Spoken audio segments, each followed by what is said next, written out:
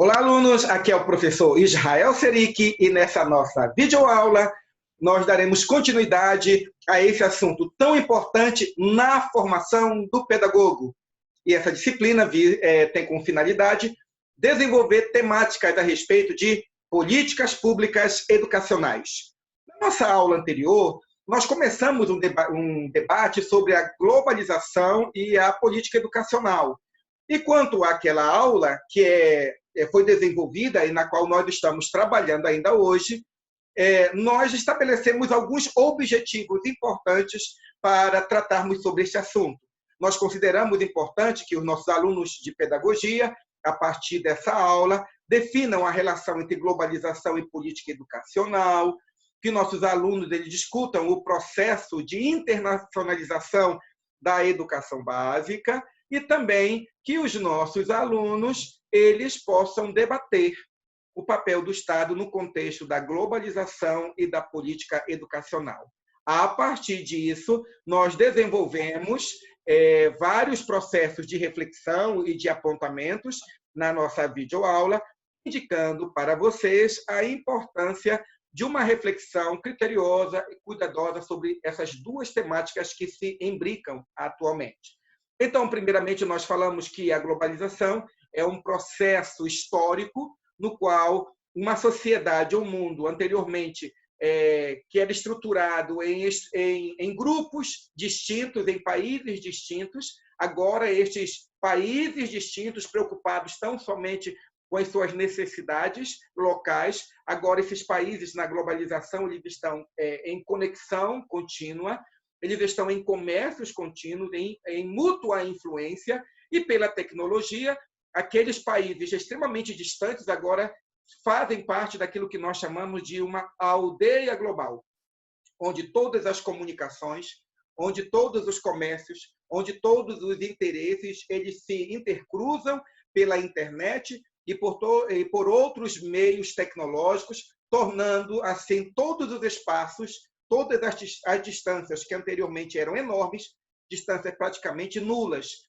visto que, pela globalização, todos os aspectos econômicos, todos os aspectos políticos, todos os aspectos culturais, relacionais, se tornaram extremamente próximos pelas novas tecnologias e pelos interesses capitalistas, pelos interesses comerciais. A partir daí, nós falamos que essa globalização ela tem profundas relações com o capitalismo e com as mudanças de mercado, com a relação entre os países e grupos sociais e com os processos produtivos, trazendo consequências a todos os setores da sociedade. Isto posto, fica claro que, para a nossa autora, a globalização não é simplesmente uma questão econômica, não é simplesmente a respeito, nós falamos de capitalismo, nós não estamos falando simplesmente de questões ligadas ao capitalismo, ao comércio, mas a globalização ela tem, de fato, um viés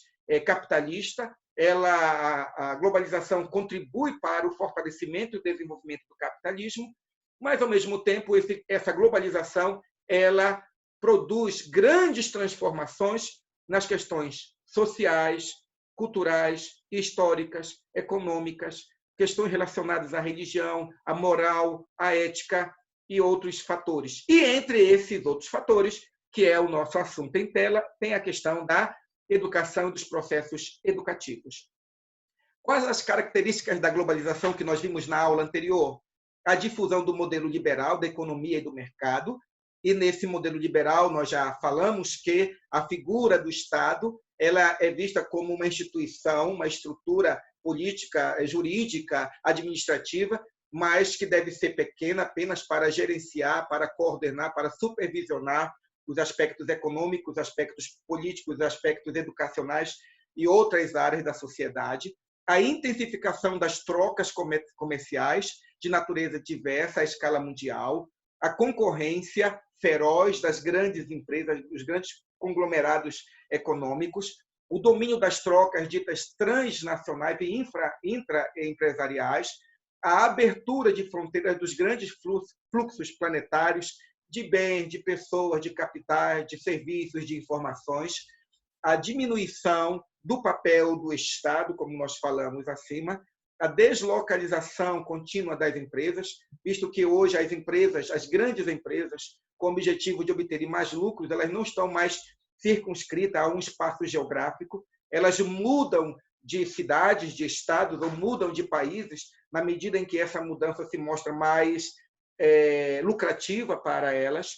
Existe também a utilização crescente das novas tecnologias de informação e comunicação, como nós estamos fazendo agora, nessa aula remota, quando qualquer pessoa do mundo, em qualquer parte do mundo, pode acessar a internet e participar conosco dessa videoaula, e o consumo de massas, de produtos, de serviços, visto que hoje um produto que é produzido, que é elaborado lá do outro lado do mundo, se torna conhecido por nós aqui no Brasil e se torna até objeto de grande desejo e um volume enorme de compra desse produto feito em outro país também se realiza aqui no Brasil. Tudo isso mostra que hoje o mundo, de fato, é uma aldeia. O mundo ele encurtou as suas distâncias e nós podemos perceber que isso interfere diretamente em todas as esferas, em todas as atividades humanas e o modo de ver do ser humano. E essa globalização, podemos dizer, ela traz consigo tantos aspectos positivos quanto aspectos negativos. Quando falamos de aspectos positivos, ao que nos referimos? Nos referimos ao sistema de trocas internacionais que fornece a especialização e a ciência produtiva, permitindo a cada país aperfeiçoar-se nas produções em que possui vantagens comparativas. Ora, se nós podemos ver hoje, né, o momento no qual nós estamos hoje, qualquer empresa, qualquer instituição, em qualquer área da produção humana, pode entrar em contato com qualquer outra estrutura que possui relações de trabalho, ou relações de produção, relações de interesse comum do outro lado do mundo. Visto que a globalização e os meios informacionais permitem esse contato. E nesse contato, tanto uma empresa quanto a outra empresa saem ganhando nesse processo de troca de informações internacionais. O fluxo de capitais e de pessoas e a internacionalização das empresas facilitam a difusão internacional das inovações e o progresso científico. Sim, hoje, quando nós acessamos a internet, nós sabemos, em tempo real, todo o processo tecnológico, ou pelo menos uma boa parte dos processos tecnológicos que os outros países estão desenvolvendo. E isso faz com que a própria ciência se desenvolva cada vez mais rapidamente, porque é possível perceber que em que nível de desenvolvimento tecnológico ou de produção em larga escala é que os outros países estão executando ou estão se desenvolvendo. A partir daí também nós temos a questão que os consumidores, eles ganham a adquirir bens e serviços mais baixos, devido à redução dos custos de produção e ao ascenderem a uma maior diversidade de bens e serviços. Sim, hoje nós sabemos que determinados produtos que se vendem aqui no Brasil são mais caros do que determinados produtos que são vendidos no exterior. E, às vezes, esses produtos que vêm de outros países para o Brasil, eles vêm mais baratos do que os produtos nacionais. E, às vezes, os produtos brasileiros, quando vão para outros países de igual forma, chegam a esses outros países mais baratos. Então, a globalização permitiu essa troca comercial, essa troca tecnológica e essa troca de possibilidades comerciais. E aí, nós também temos o aspecto negativo da globalização, que é o início da nossa videoaula desta manhã. A globalização, ela não somente aponta para aspectos positivos. A globalização também ela traz aspectos deletérios, aspectos negativos quanto à sociedade e quanto à política, à economia, quanto à cultura, quanto aos valores, quanto à sociedade. A primeira coisa que nós podemos dizer, em termos de aspectos negativos gerados pela globalização, tem a ver com o aprofundamento das desigualdades sociais e econômicas entre países ricos e países pobres. Ora, quando nós percebemos isso, quando nós fazemos algumas análises a respeito do contexto socioeconômico do mundo, nós percebemos que existem países extremamente pobres e que essa globalização falada, anunciada, como todos os países, todos os povos estivessem irmanados em uma única agenda econômica em prol do desenvolvimento humano, que todas as diferenças ou todas as distâncias foram eliminadas pela tecnologia, né, pelo comércio, pelos meios de transporte, né, pelos meios de comunicação, toda essa ideia de que agora os povos estão mais próximos e irmanados, essa ideia, quando analisado de perto, a partir de dados estatísticos, a partir de dados econômicos, é possível perceber que esse discurso ideológico ele não coincide com uma realidade na qual existem, de fato, países que são vistos apenas como depositários de interesses dos grandes conglomerados econômicos ou de interesses dos grandes países que, num aspecto global, possuem muito mais recursos financeiros do que outros. Então, existem países extremamente ricos e existem países que são extremamente pobres. E que, em determinados contextos, a globalização ela serviu tão somente para aumentar a pobreza em determinadas regiões e otimizar a prosperidade e a riqueza de determinados outros países. Então, nesse sentido, podemos assim afirmar que a globalização, ela que poderia gerar mais riqueza, mais oportunidade para outros países, em determinados contextos, isso não ocorreu. Por que eu digo isso em determinados contextos? Porque isso não é uma verdade absoluta, né? Que a economia, que a globalização obrigatoriamente gerou pobreza de uma forma generalizada. Visto que vamos pensar que quando uma empresa, uma multinacional, saiu de um país rico e foi para um país pobre, certo? E lá abriu uma indústria, uma empresa, é claro que mudou a vida daquelas pessoas, certo? É claro que mudou, deu novas oportunidades para aquele país, para aquela cidade. Mas nós temos que admitir que, em certas circunstâncias, essas oportunidades dadas a essas famílias, a essas pessoas, a esses países, muitas vezes não veio acompanhado de uma prosperidade em grande escala daquele povo, daquela região. Uma outra questão que precisamos trabalhar também é o seguinte: a cooperação internacional beneficia a países, né? Os países estrategicamente e comercialmente interligados, que possuem interesse comum, em vez de contribuir para a redução das assimetrias do desenvolvimento. Ora, o que isso quer dizer? Quer dizer que nessa globalização, talvez na ideia propalada por alguns, né, de irmandade, que todo mundo participa da mesma aldeia global, existem interesses de blocos, de grupos, de países. Nós temos o bloco europeu. Os países europeus eles possuem interesses particulares. Eles têm interesses em comum. E, portanto, em determinado contexto, estes países europeus eles vão fazer comércio, eles vão manter determinadas relações comerciais com países dos anteriormente chamados de terceiro mundo, países pobres, mas esses interesses eles vão exatamente contemplar as suas necessidades. Ora, em determinado contexto econômico, ano passado, quando em 2019, quando o Brasil assinou um contrato ou uma intenção de mediar novos sistemas econômicos com a Europa, e quando veio aquela situação da Amazônia pegando fogo e tudo mais, certo? Prontamente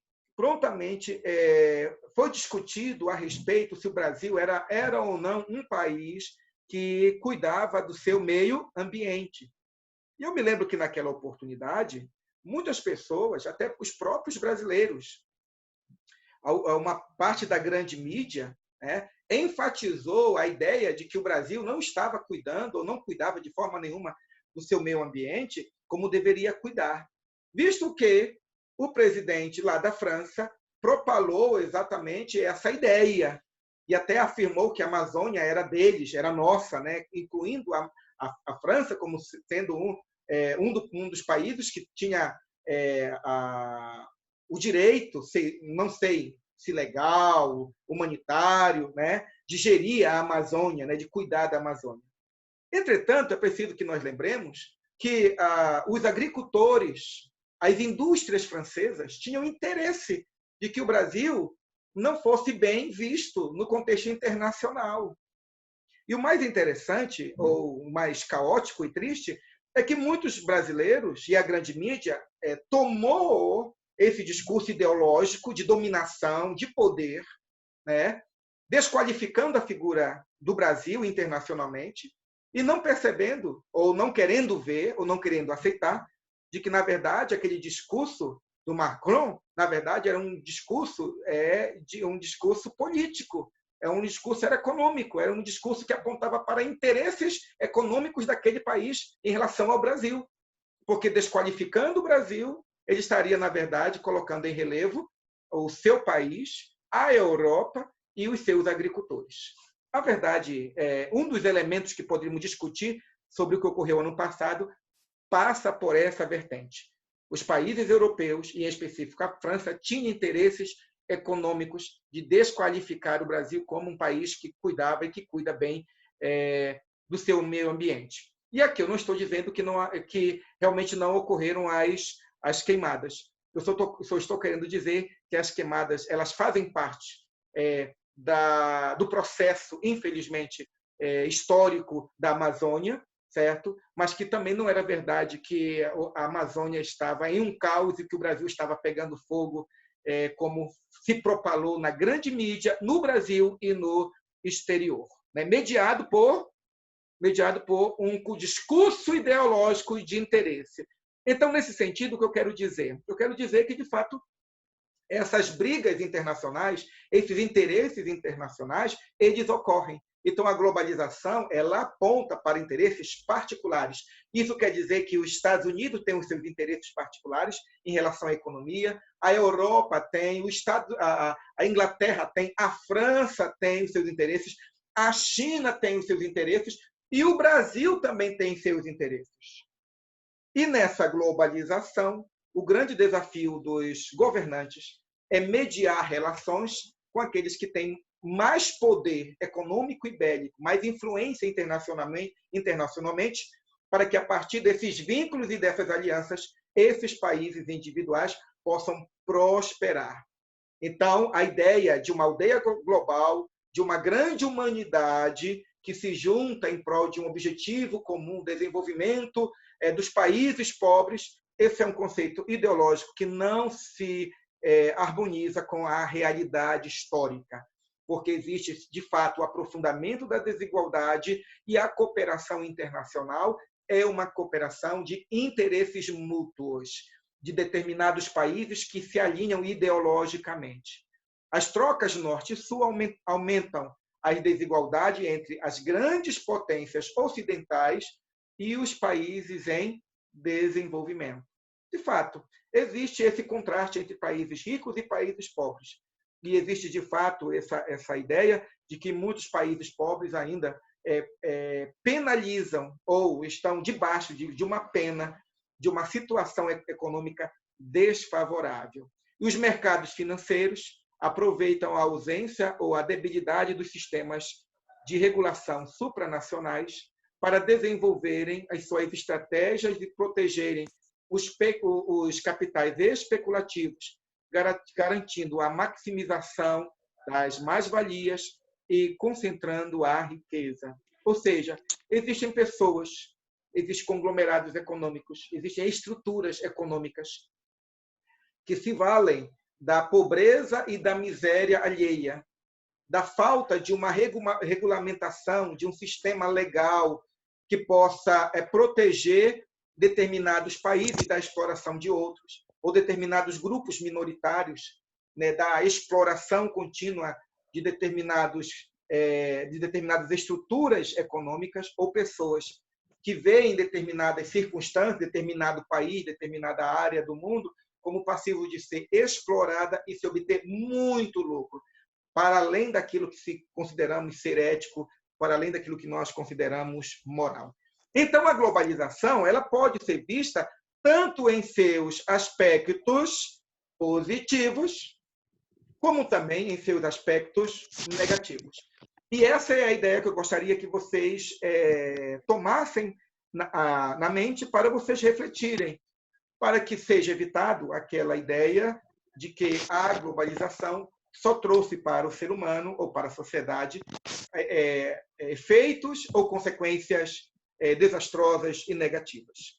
Agora, nós precisamos ver que no que toca efetivamente ao dia a dia da sociedade, a globalização ela moldou e continua moldando o dia a dia do cidadão, da minha vida e da sua vida, e nós nem percebemos isso.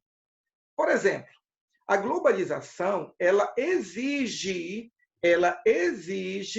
a capacitação de indivíduos para o campo de trabalho.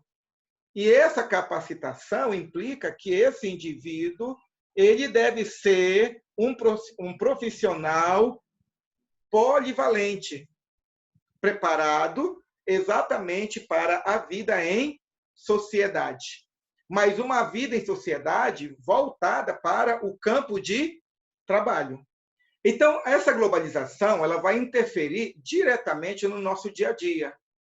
Como assim, professor? Quando você vê determinados cursos técnicos profissionalizantes enfatizando que você, como cidadão brasileiro, que você tem que ser uma ferramenta para toda e qualquer obra, quando você participa de um curso de aperfeiçoamento profissional, e lá o professor ele já vai apontando para você os outros cursos, as outras possibilidades de formação, e ele vai dizendo, olha, você, para estar no mercado de trabalho, você precisa ser um profissional polivalente, executando várias atividades, sendo uma ferramenta habilitada para qualquer atividade. Essa ênfase que ele dá é decorrente exatamente desse momento no qual nós estamos, no qual a globalização ela exige que os seres humanos, nos mais variados países, tenham essa qualificação para assumir qualquer função, qualquer trabalho na sociedade. A outra questão também é que essa globalização ela aponta para os indivíduos que a estrutura na qual nós estamos hoje é uma estrutura de um mercado instável.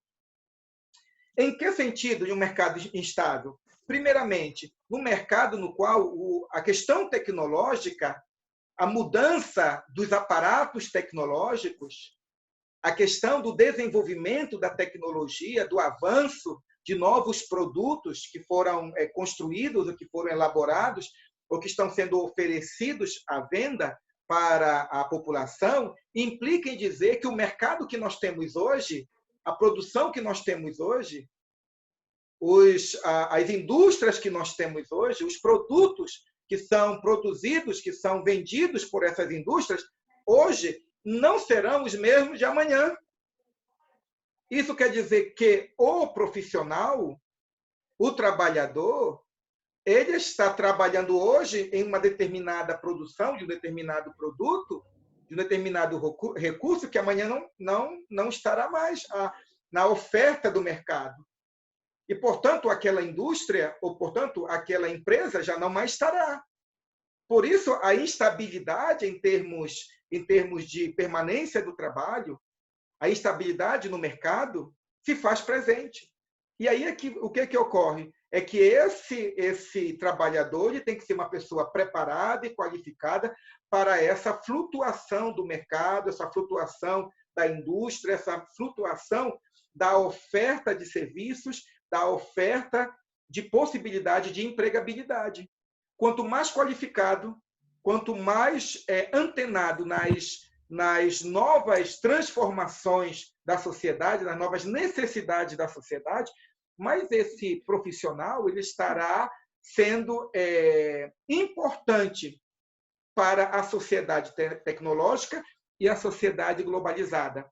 Em outras palavras, um profissional que tem apenas uma habilidade é um profissional que já está por si mesmo sendo colocado fora do tablado. Por quê? Porque hoje o mercado, hoje a sociedade, hoje a globalização exige pessoas que sejam habilitadas para as várias funções, para os vários trabalhos. Desenvolve também as habilidades e a flexibilidade para adaptar-se às mudanças. E aí tem a ver não somente com a qualificação da pessoa para fazer várias atividades. Aqui o que é enfatizado é que esse trabalhador ele tem que ser ensinado a valorizar isso. Não basta apenas qualificar a pessoa para saber executar várias funções. É preciso trabalhar esse trabalhador, essa mão de obra aqui na cabeça. Ele precisa entender, ele precisa compreender que ele tem que ser uma pessoa flexível. Ele tem que estar predisposto a realizar várias atividades. E aí é o que está...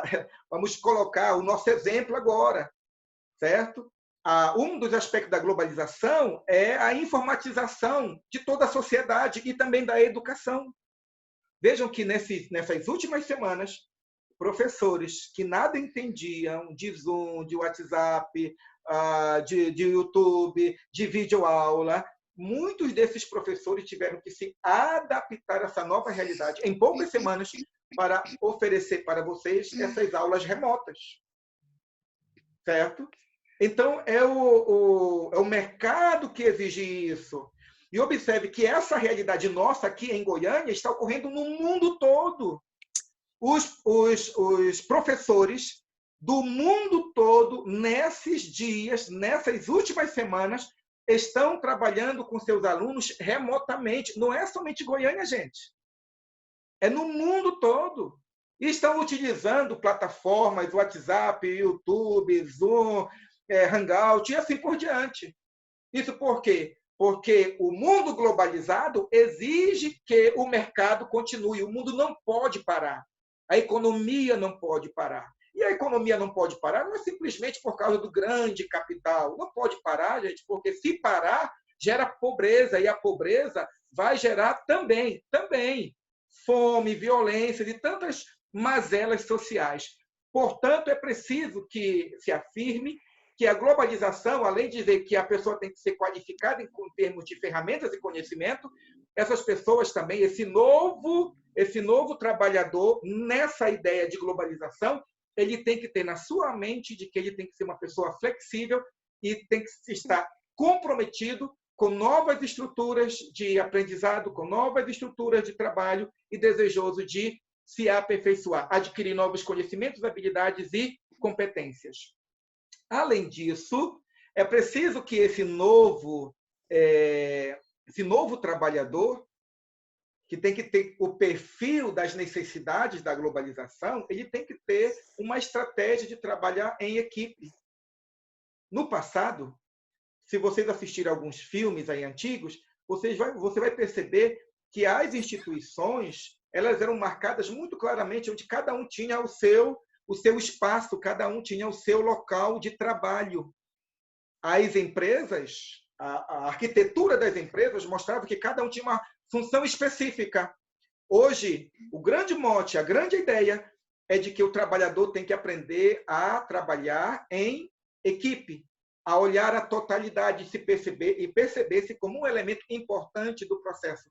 Como hoje nós estamos aqui trabalhando, eu estou aqui na minha videoaula, mas a nossa coordenadora pedagógica, os nossos professores estão nos acompanhando, estão nos orientando. Um professor ajudando o outro, um professor contribuindo em termos de conhecimento com o outro, para que o trabalho na totalidade seja executado. Isso é o que se espera de trabalhadores no atual contexto da globalização. E, por fim, cresce a crescente importância da produção intensiva de capital, que resulta da desespecialização, desemprego e um mercado polarizado. E aí vai ficar uma questão aqui. Nós já falamos anteriormente. A ideia anterior passada é que a pessoa deveria ser especializada em algo. Se fosse especializada, se ela conhecesse profundamente aquele assunto, ela teria um campo de trabalho muito específico. Hoje, ainda precisamos de especialistas, mas, a grosso modo, o mercado de trabalho oferece oportunidade, o campo de trabalho oferece espaço a ser executado, espaço a ser desenvolvido para pessoas que se mostram polivalentes e aptas a se harmonizarem em vários contextos, em várias situações diferentes no campo de trabalho. Por isso, a partir dessa ideia, na qual nós vemos a globalização em seus aspectos negativos, e a globalização agora dirigindo o nosso dia a dia, tanto na nossa formação profissional quanto a nossa formação acadêmica, é a partir dessa ideia que nós vamos perceber que essa globalização também interfere diretamente em processos educativos, na avaliação, no dia a dia da sala de aula, nas leis da educação, definindo determinados parâmetros nacionais de determinados pressupostos, determinadas necessidades, de determinada visão, que não tem a ver necessariamente com o país, mas tem a ver necessariamente com a ideia da globalização, do capital, do mercado internacional. E, a respeito disso, nós iremos tratar especificamente na próxima videoaula. Até lá, gente!